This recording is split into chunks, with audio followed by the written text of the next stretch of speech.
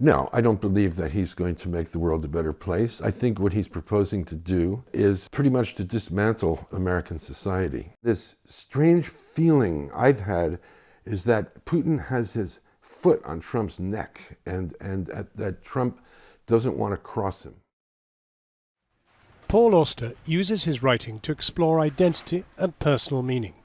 Who better then to explore the phenomenon that is Donald Trump? I visited him in his beautiful home in Brooklyn, high above the East River that flanks New York City.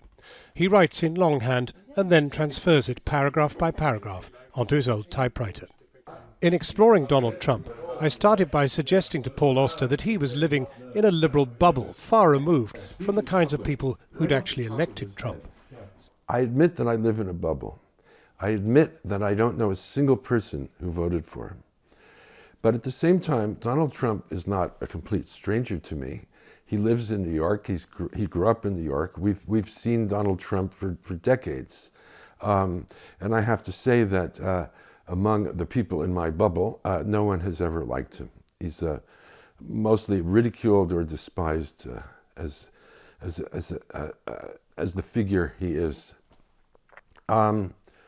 No, I don't believe that he's going to make the world a better place. I think what he's proposing to do, and we can see this in his choice of cabinet, is pretty much to dismantle American society.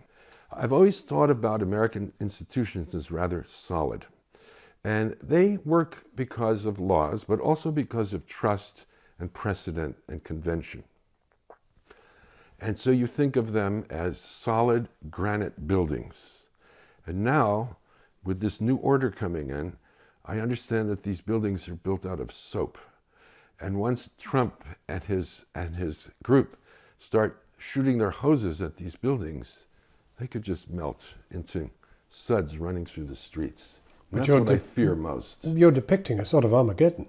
Well, I think I'm not talking about armed struggle. I'm just talking about the dismantling of the intricate interrelations we have that keep this country afloat. And to take away health care, for example, is going to kill people. So I'm very scared, but at the same time, angry. Very, very angry. And I think there are millions who share my views. I'm not alone in this.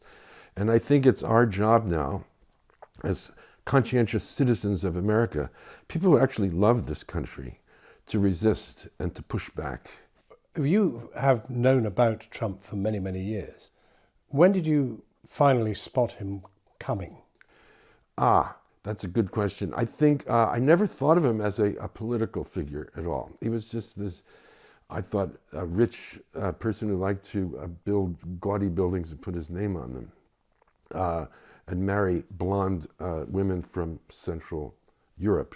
And I didn't give him much thought beyond that. It was after Obama was elected and he started this birther business. And I realized how... The question of whether he was really an American. How vicious this attack was, and how relentless, and how he had the capability of getting people to believe him.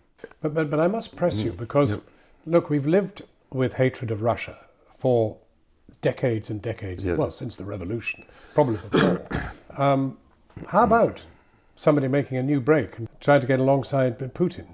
There's been this strange feeling I've had, is that Putin has his foot on Trump's neck, and that Trump doesn't want to cross him. And so he makes a great show of amiability and rapprochement. Will you use your writing to try to address these things and somehow undermine them? Well, for years I've been involved in a very important organization to me, PEN.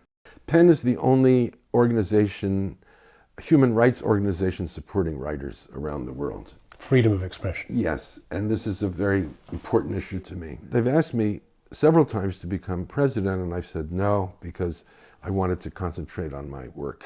Well, now I'm going to do it. The position will open up in a year, not right away. There's a president in place now. But if they still want me in a year, that's what I'll do. And I'll use that as a platform for speaking out on these issues that concern me so much. And my writing will just continue. and we'll see what happens with that.